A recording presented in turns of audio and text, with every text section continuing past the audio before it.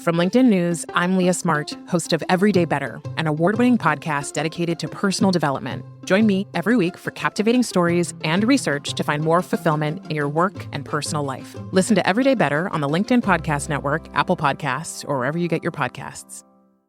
The HP AI PC breaks language barriers instantly by translating up to 44 languages in real time, powered by the Intel Core Ultra processor. With the right tools, work doesn't have to feel like work. Learn more at hp.com/AI PC.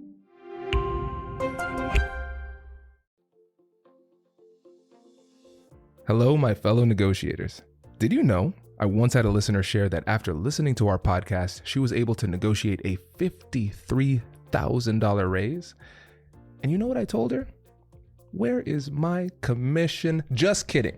But the real story is, this was after years of being too afraid to negotiate. But after listening to a couple of episodes on salary negotiation, she felt equipped with the confidence and tools to ask for the payment she deserved. And that, my friends, is the power of negotiation. And through a subscription to our new membership community, Negotiate Anything Premium, we're taking that power to the next level. With customized playlists based on our most popular topics, you'll be able to find the episodes you're looking for much faster and much easier. A tool that comes in handy as you're getting ready to prepare for an important negotiation. Even I find myself asking, which episode should I listen to before heading into a high-stakes negotiation? And you might be saying, but Kwame, you're the ones having the conversations, but I forget, so I listen to the episodes multiple times, okay? Now, here's the thing about Negotiate Anything Premium. It'll allow you to dive deeper into the specific situations you're facing, whether it's a salary negotiation, an important business meeting, or an emotional conversation with a loved one. Bonus for you, in addition to ad-free and extended episodes, premium members will have exclusive access to solo episodes and insights from yours truly. And as you know, it will be very dry and very boring because I have no sense of humor. And this is something that you all have been asking for. I'll also be offering personalized answers to some of your most burning questions through our Ask Me Anything feature. If you've been enjoying our traditional feed, imagine the value a premium subscription can offer. I've felt the benefit of negotiation firsthand, and it is life-changing. Many of you don't know this, but my journey has taken me from people pleaser to a confident negotiator because I was able to do two simple things. Through negotiation, I was able to first change my mindset, and then I was able to improve my skill set. And that is what will happen for you when you join Premium. I've already seen the impact of these skills and the power of this model, not only in my own life, but also in the lives and careers of our clients all around the world, my family, my friends, and our team here at ANI. And I am confident that it can do the same for you. Now, are you ready to negotiate more of the best things in life? Check the link in the show notes to learn more. I'm excited to continue the conversation. I'll catch you later.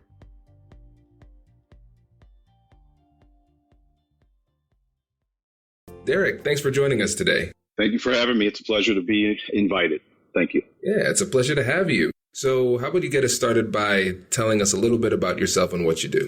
I am a negotiations trainer and consultant for the Black Swan Group, which is a strategic business advisory firm whose focus is teaching hostage negotiations practices and principles to people in the corporate world. I've been with them, started with them part-time in 2010, and upon my retirement from law enforcement in 2017, I started working full-time, training, going around the country training and doing coaching calls where clients are calling in because they either A, want strategy development, or B, they want skill enhancement. And so we'll spend an hour or so on the phone. Chris Voss, author of Never Split the Difference, is the CEO and founder of the Black Swan Group. He and I became fast friends after he arrived in the Washington, D.C. area back in 2000, 2001, somewhere thereabouts. I got into negotiations back in 97 when I was still with the Alexandria Police Department. So I started my career in 88, became a negotiator in 97, got promoted to sergeant, became a team leader in 2001, team commander in 2004 after I reached the rank of lieutenant. And that's the spot I held up until I actually walked out of the door. So it's been a part of my life. Crisis communications, hostage negotiation has been a part of my life. for well over 20 years now. That's fantastic. And yes, Chris was one of our favorite interviews and author of Never Split the Difference. And before we get into it, I want to give you an opportunity to tell the audience about your new book, which is very, very exciting. Yeah.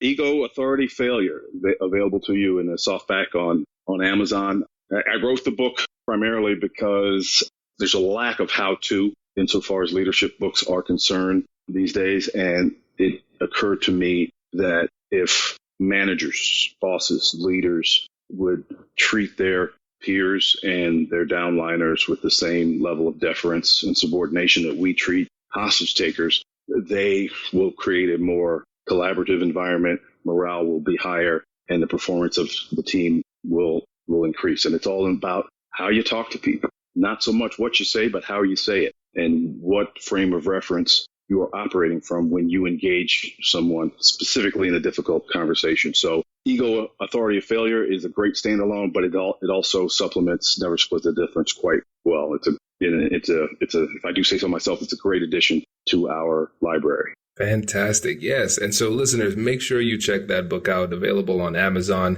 So let's talk about these three issues that we're going to discuss today. The first one is how ego gets in the way during negotiations. The second one is how to use labels in negotiating. And the last one is how to use tactical empathy in negotiations. So ego, I'm very, very excited to hear about this one. Where should we start there? Ego's impact on the negotiations process is detrimental because ego is tied to your self-image. It's tied to how you believe people perceive you, and in reality, how they actually perceive you. And it's tantamount to an emotion, and emotions we know cloud judgment. It clouds decision making, and by extension, it has a negative impact on behavior.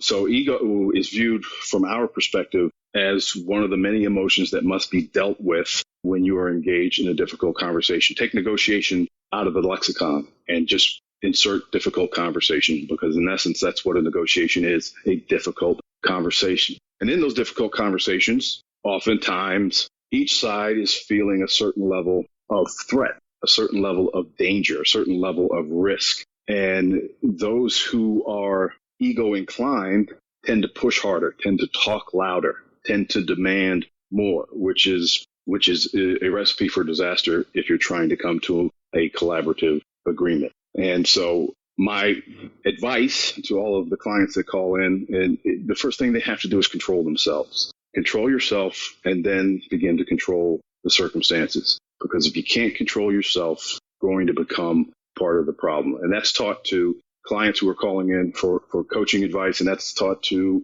first-time hostage negotiators. Get your emotions under control first, and then deal with the emotions on the other side. I think that's brilliant. And when it comes to managing your own emotions, it's easier said than done. So what are some of those tools or suggestions that you have in mind for your readers when it comes to managing their own emotions? First of all, recognize the environment and the circumstance. What are you going into? You're going into a difficult conversation, which means you're probably going to share information with the other side that they're not going to want to hear. And so the first step is to anticipate that and brace for it. Know that in any difficult conversation, at some point during the conversation, you're going to be attacked. And how do you respond to that attack? Most of us respond either by attacking back or running. It's the old fight or flight. And when I say running, I'm not saying physically getting up and running, but they do things like compromise their position. Somebody starts yelling at them and says, take this out of the contract or we're going to walk.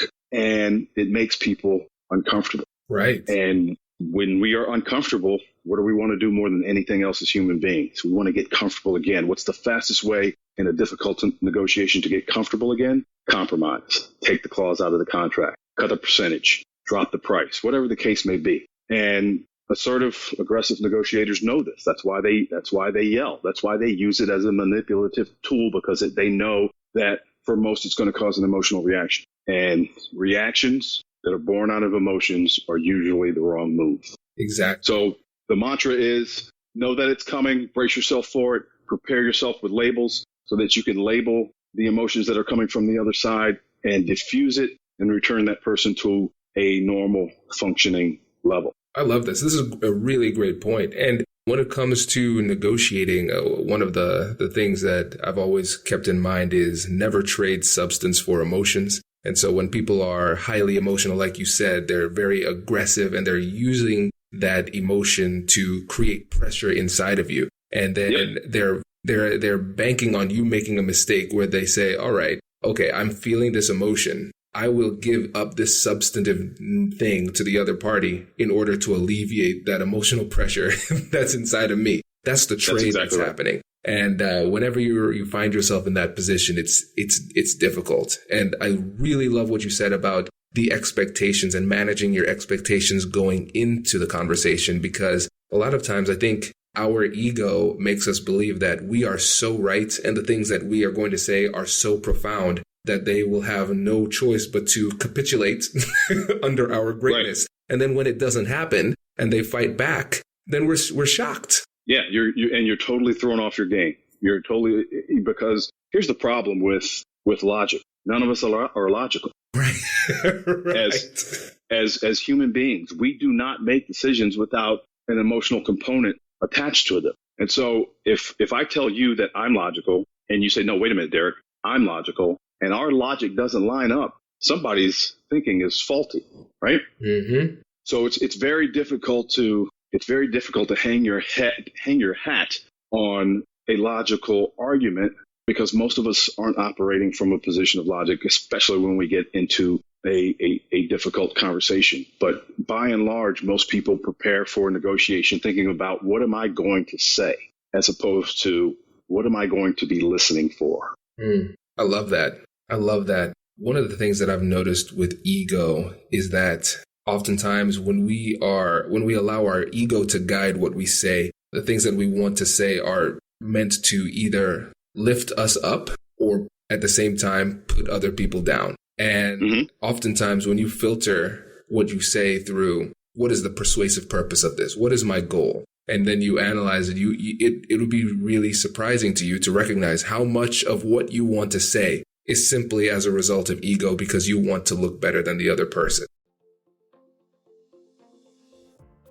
I've got a quick story for you.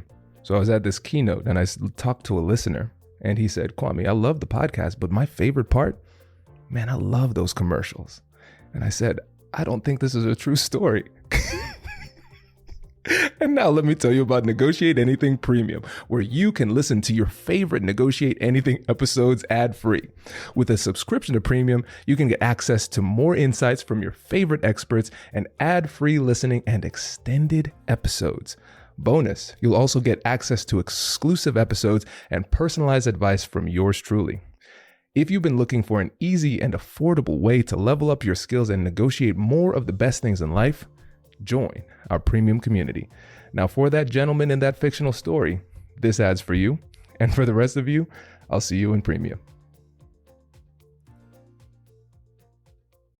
Introducing the HP AI PC, your powerful AI assistant. Easily search through personal files, gain valuable insights, and make smarter, more informed business decisions. Unlock the future of work today with the HP AI PC, powered by the Intel Core Ultra processor. With the right tools, work doesn't have to feel like work. Learn more at hp.com/AIPC.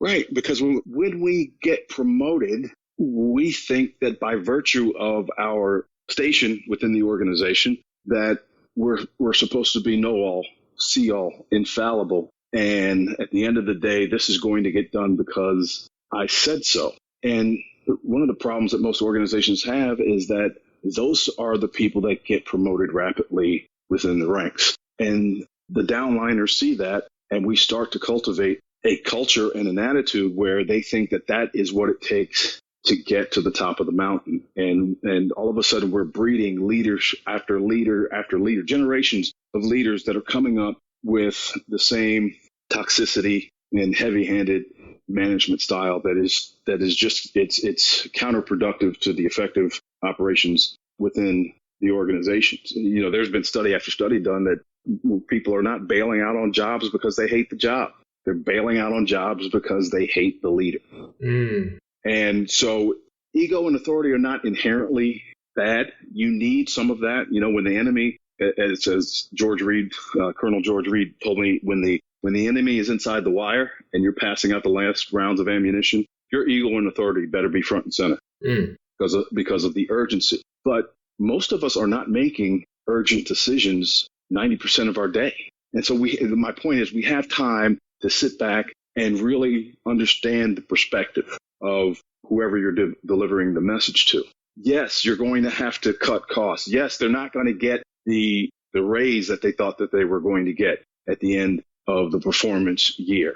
Yes, they're going to have to relinquish these perks that have been in place for years. Yes, you're going to have to convey that message, but it's not in what you say, it's how you say it and how it's going to impact the other side. And the sooner that leaders understand the importance of viewing the lay of the land as their direct reports or their peers see it, the better off we're going to be. Because ego tells you I'm just going to go in there and say it and get it done. Right. I want to go in, state my goal and objective, and get it done. And for us, with the Black Swan method, it's all about sequencing. Tell me empathy first. Yes, so it's tactical empathy first, and then your goal and objective.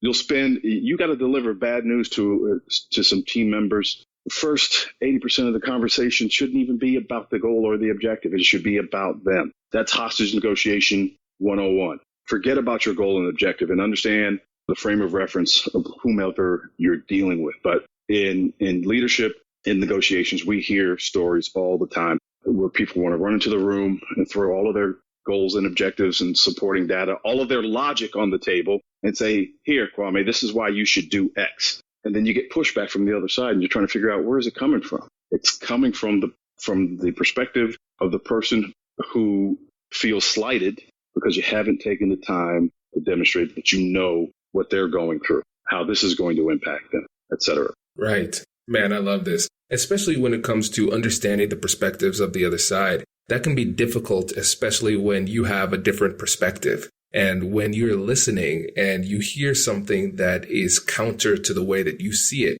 the natural response, again, is a version of the fight or flight.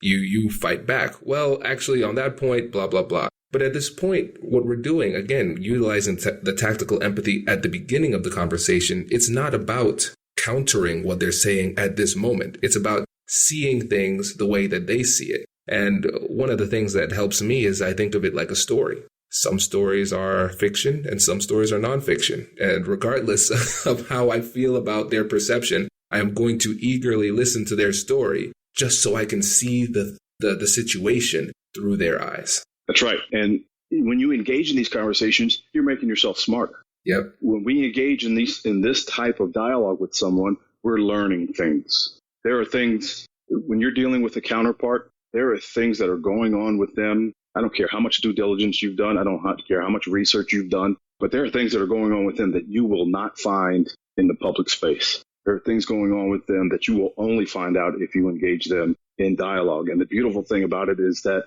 everything that you need to know to move the needle with the other side, they're going to tell you if you're willing to listen. I love it.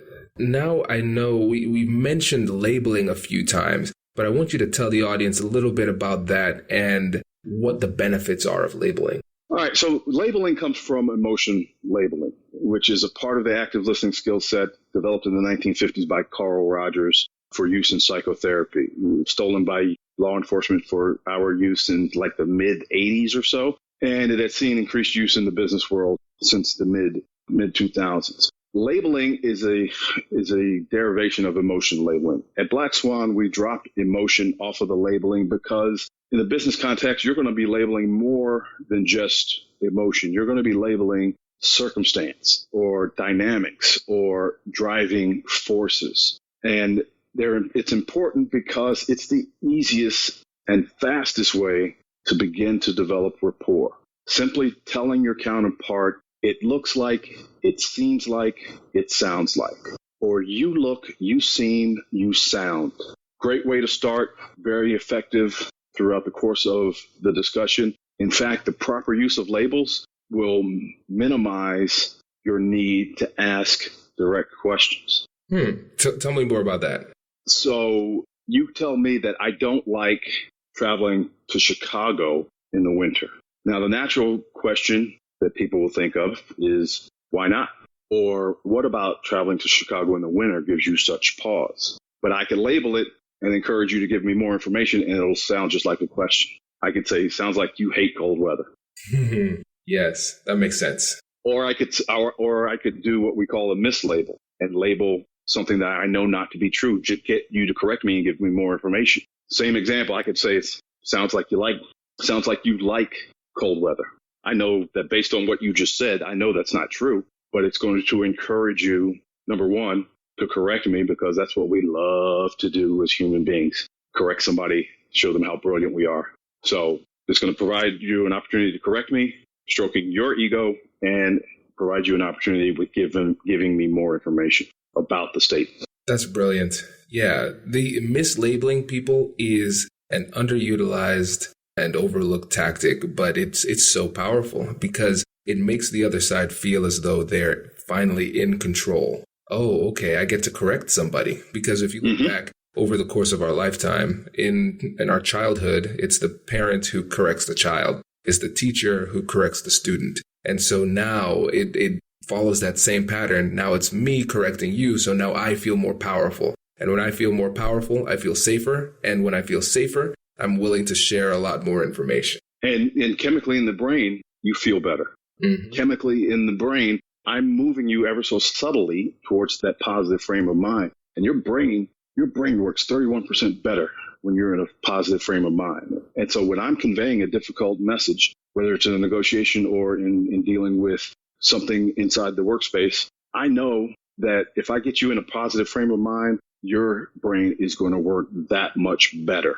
You're going to be able to see logic sooner than if you are in a negative frame of mind. That's why we support getting out in front of the negatives early in the conversation. We do these preemptive labels that we call accusations audits, and those are us attacking the negative opinions, assumptions, and impressions that the other side probably has about us or the circumstances that brings us together. Oh, that's fascinating. Okay, tell us more about that. How does that work? The accusations audit is our probing, if you will, the mind of the other side before we even get to the table. For example, you answer a Craigslist post and I'm selling a motorcycle, right? And you agree to meet me on a Saturday afternoon. I'm going to pull the bike out. I already have negative opinions, assumptions, and impressions about you. And I know that you have them about me because we're dealing with money. And if nothing else, greed is going to rear its ugly head in your mind about me selling the motorcycle for the price that I'm asking. So to preempt that, before we even get started, I know, this is me telling you, I know you probably think that this bike isn't going to be worth as much as I'm asking. You probably think that I'm running a number on you. You may be even thinking that I'm trying to take advantage of you. And you're probably asking yourself, is this a big waste of time? Those may be true or not, but the fact that I hit them early, I take permission and authority away from you for using those in the conversation as we proceed. Does that make sense? Oh my gosh. It makes so much sense. That's brilliant. That's absolutely brilliant. It reminds me of a lawyer technique called drawing the sting, where you get to the jury first, where you say, listen, the prosecution is going to tell you X, Y, and Z, but I want to, I want to get rid of those off the bat. So you would start these conversations like that. Even after starting the conversation like that, we never justify what we just said. So drawing the sting in lawyers' terms, you're going to stand up and say, the prosecution is going to lay out for you a case X, Y, and Z against my client, but I'm here to tell you why that's not the case. We don't justify it. I don't say you're going to think I'm being greedy because you think I'm running a numbers game on you or you think that I'm trying to take advantage of you, but we never say but, and, or because. We just shut our mouth. We throw the accusations audit and we shut up. I'm not looking for confirmation. I'm not looking for a refutation, if you will, of what I just said. I'm throwing it out there just to be sure that I clean out all of those negatives before we get into our discussion. So we never justify it. That's brilliant. So I tell the clients all the time, Anytime you feel yourself wanting to say but, and, or because, stop and just let silence fill the room. What's really interesting, especially when you put this side by side next to the drawing the sting technique, is that with lawyers, we're drawing the sting where there is going to be a sting, but I am going to calibrate the amount it's going to hurt. But with this situation, the beauty of this technique that you've demonstrated here is that you're essentially removing the sting. You just say there's a sting, but it doesn't hurt. You don't give them justifications for why they should or should not believe those things. You just put it on the table. So it's out. Exactly. Because justification is in the mind. And because I have data information that supports why I'm not doing that, it doesn't mitigate it. The fact of the matter, it's there. And all the logic in the world doesn't really matter at that point. Right. So will your logic come in later? Yeah, of course it will, but not at the beginning. So playing devil's advocate here, if, let's say hypothetically, they didn't have those concerns about you, maybe they thought you were being honest, do you possibly run the risk of bringing up something potentially about yourself during this situation where, oh, I wasn't thinking about that, but now I am? See, that's the lawyer in you talking.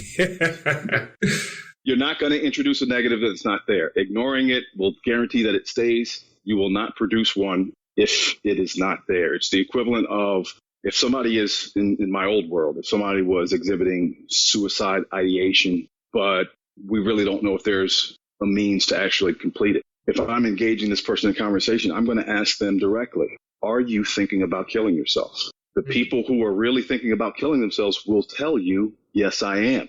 And then there are follow-on questions that I would ask if I got that response. But you're not going to put that out there and have the person say to you, I wasn't thinking about killing myself, but now that you bring it up, I think that's a good option for me. I'll see you up on the roof. That's a good point. So you're not going to introduce, and remember, it's all in the verbiage. We're saying probably, may, or might. I'm not saying that it's a fact. I'm saying you probably, you may, or you might. Now, the response that you'll get, if you hit it on the head and it's important to them, they're going to tell you, you nailed it. But oftentimes you'll see them as you're going through your accusations audits, you'll see them shaking their head as if to say no. We've even had people stop the clients and say, hey, you relax, you're being too hard on yourself. But using the preemptive labels, aka the accusations audits, is the first empathetic stepping stone as you march towards your case in chief, towards your ask, towards your goal and objective. I love it. That's brilliant. That is brilliant. I feel like we could have a whole episode on that, so I'm holding back because I want to make sure we get to number 3, and that is how to use tactical empathy in negotiations. So where do we start there? Well, we've already started by talking about the accusations audits. Tactical empathy. It's more closely related to cognitive empathy than it is emotional empathy. Emotional empathy is a subjective state brought on by emotional contagion. Tactical empathy is the deliberate recognition and articulation of another's perspective. You are purposely trying to see the environment, the circumstances as they do. Emotional empathy, people say you need to walk in another man's shoes. Tactical empathy means you need to see through another man's eyes. And it's deliberate. You're doing it on purpose. The best purveyors of tactical empathy on the planet are hostage negotiators and psychopaths. Because we both understand its power and its impact. And it is our attempt to remove ourselves as a threat in the conversation. If you are viewed as a threat, there are negative connotations that go along with that. The amygdala fires up. It sends out a cloud into the brain that blocks your ability to process information. It makes you less cognitively nimble as long as you're viewed as a threat. So tactical empathy removes us as a threat. That's where meaningful dialogue can take place, is when they are not viewing me or the circumstance as a threat. So it starts right off the bat with the accusations audit. First things out of my mouth are accusations audits to demonstrate for them, you're sitting in front of a guy right now who is trying to understand exactly what it is that you're going through. And then tactical empathy leads to rapport leads to trust-based influence, and then trust-based influence leads to a change in their behavior. That's brilliant. I love it. So with regard to tactical empathy during negotiations. Again, this is a situation where we are making sure that we are removing those psychological and emotional barriers up front so we can then eventually get to that part of the conversation where we're speaking logically, trading proposals and Yes. and giving arguments, right? Yes, correct. And, people hear tactical empathy and they think that I'm telling them to go into the boardroom or I'm telling them to engage their subordinates and get run over and get bowled over, get pushed around. And that's not the case. Tactical empathy is a precursor to your assertiveness. At some point during the conversation, you're going to state your objective. You're going to make your ask. You're going to give your case in chief. Tactical empathy sets you up in a position to do that because the first 80% of the conversation, you've been flooding them with tactical empathy. Unconsciously or subconsciously, I should say, you have been punching their brain to elicit the rule of reciprocity, right? Mm-hmm. Because you first did it to them, they are less inclined to push back against you when you get to your ask. Because you first demonstrated it to them, we're going to force it back onto us. That makes a lot of sense. And now, when it comes to the tactical empathy being a precursor to assertiveness, what would you do if the person is using emotions or hostility as a tactic, where it's not a genuine emotion, but they're trying to manipulate you and bully you through those emotions? How does the system stay the same, or does it change in your estimation? Well, first of all, you got to be careful with assuming that it's not genuine. You better have some pretty good information to back up the fact that you think that they're trying to use these emotions to manipulate. Now, let's say you have that for the purpose of this discussion. I don't submit that you need to be a victim to anybody. And so how do you confront counterproductive behavior without sounding accusatory? You simply, this is probably for another podcast as well, but I would simply throw out an iMessage. When you yell at me like that, I feel frustrated because it keeps any meaningful discourse from taking place. So I say, I'm putting the onus back on you. And then whatever the behavior is, in this case, when you yell at me like that, I feel frustrated because it keeps any meaningful dialogue from taking place. That's me telling you, I'm not going to sit here and let you berate me. Knock it off without saying those words. That's brilliant. That's brilliant, because what you did is you started off with something that was objective, something that has occurred with when you statements. And then you followed it up with I feel. And they can't really negotiate your feelings. That's something that exists only within you. That impact is inside of you. So it's not something that they can argue. So I really like that format because, like you said, it makes it clear that you're not going to stand for that behavior. But at the same time, you didn't do it in a way that was unnecessarily aggressive. Right. Exactly right. I'm still concerned about the impact that my words have on the other side. And tactical empathy, it's an entire mindset. It's not only what you're saying, it's what you're listening for, but more importantly, it's how you deliver it. Labeling is a great skill. Mirroring is a great skill. Paraphrasing, iMessages, calibrated questions, the rule of three, all of those are great black swan skills. But if your delivery is terrible, it doesn't matter what you're equipped with. So it's all in how it's said. And tactical empathy embodies all of that. I love it. This is great. And we'll get more into this when it comes to the sparring session, because I'm going to try to push that a little bit and see how you respond, which is going to be a lot of fun. So listeners, make sure you keep an eye out for that. That'll be the next episode. But Derek, before you go, are there any last words of wisdom that you'd like to give on these three topics? Overall, generally speaking, the most dangerous negotiation to be involved in is one where you don't recognize it as a negotiation. And any time that you're driving for a yes, regardless of the circumstances, you are in a negotiation. And so top of mind, go into that thing repeating to yourself, it's not about me. It's not about me. It's not about where you want to end up. It's not about what you're trying to achieve. Make it about the other side. Stick to the process. The results will work out. I love it. That's perfect. And before you go, make sure you let the listeners know one more time about the book and where they can get in touch with you. Ego, Authority, Failure, available to you on Amazon. You can find me at blackswanltd.com. You can find me on LinkedIn. You can find me on Instagram, and you can find me on the tweeters. I'm on Twitter. Fantastic. Derek, this was fantastic. So good. Thank you again for coming on the show, my friend. Thank you for having me. Talk to you soon. Wait. Now, before you sign off, I have something to tell you that I've never told you before. Just kidding, I've told you before, but you should listen to it again. I want you to know about Negotiate Anything Premium. Imagine all of the things that you love about our traditional feed, plus so much more. I know you like our traditional feed because you're at the end of the episode. And with Negotiate Anything Premium, you'll get more bonus content you've been asking for, more of the expert insights that you can't get anywhere else, and more exclusive behind-the-scenes access into every conversation. Are you ready to get more of what you want out of your life, career, and every conversation? With Negotiate Anything Premium, you'll have access to more high-level, custom-designed content and insights, giving you the tools you need to negotiate higher salaries, better deals, and better relationships in your life and career. Once I had a listener share that Negotiate Anything helped her to negotiate a $53,000 raise. Could this be you? What would that mean for your life? I've seen firsthand the impact this model has had on my life and the lives of my corporate clients, and I am confident that it can do the same for you. Are you ready to negotiate more of the best things in life? Click the link in the show notes to learn more. I'll catch you later.